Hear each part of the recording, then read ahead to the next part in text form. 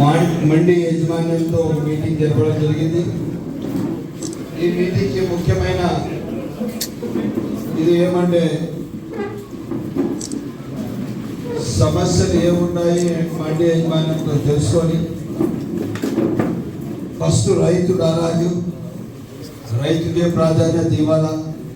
వాళ్ళకున్న ఎందుకంటే వాళ్ళు దాదాపు 70-80 రోజులు పంట పెట్టి 90 రోజుల తర్వాత వాళ్ళు క్రాప్ తీసుకొని వస్తే వాళ్ళకి సరైన గిట్టుబాటు ధర, వాళ్ళకు కావాల్సిన సౌకర్యాలన్నీ చూడడానికి మార్కెట్ యార్డ్ కమిటీ కానీ నేను శాసనసభ్యుడిగా నేను ఉన్నాను. అదే భాగంగా ఈరోజు సమస్యలు ఏవే ఉన్నా అన్నీ తెలుసుకోవడం జరిగింది. తప్పకుండా ఇప్పుడు ఏదైతే జాక్పాట్ విషయం కానీ, క్రియేట్ విషయం కానీ, సాయంత్రం మార్కెట్ ఇష్యూ కానీ, అదేవిధంగా ట్రాఫిక్ ఇష్యూ కానీ ఇవన్నీ కులంకుశంగా మాట్లాడడం జరిగింది. తప్పకుండా దీని పరిష్కార మార్గంలో పెడతాము.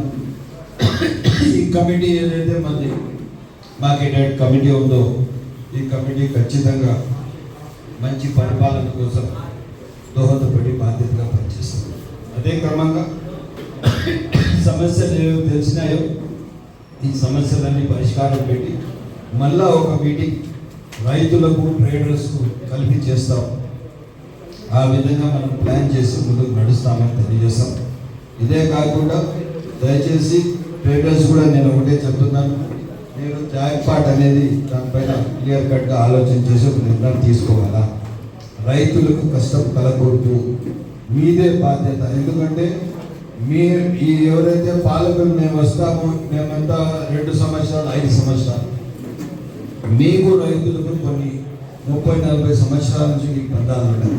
మీరు వాళ్ళకి అవసరానికి సీడ్కి డబ్బులు ఇస్తారు, సేద్యానికి డబ్బులు ఇస్తారు, వాళ్ళకి ఆదుకుంటారు, వాళ్ళు మీకు ఆదుకుంటారు. వాళ్ళు ఎప్పుడు మీ దగ్గర రేట్ అడగరు, మీరు ఇచ్చిన పట్టీ తీసుకొని వెళ్తారు. ఆ విధంగా కంప్లైంట్ రాకుండా చూడడం బాధ్యత మనందరిది.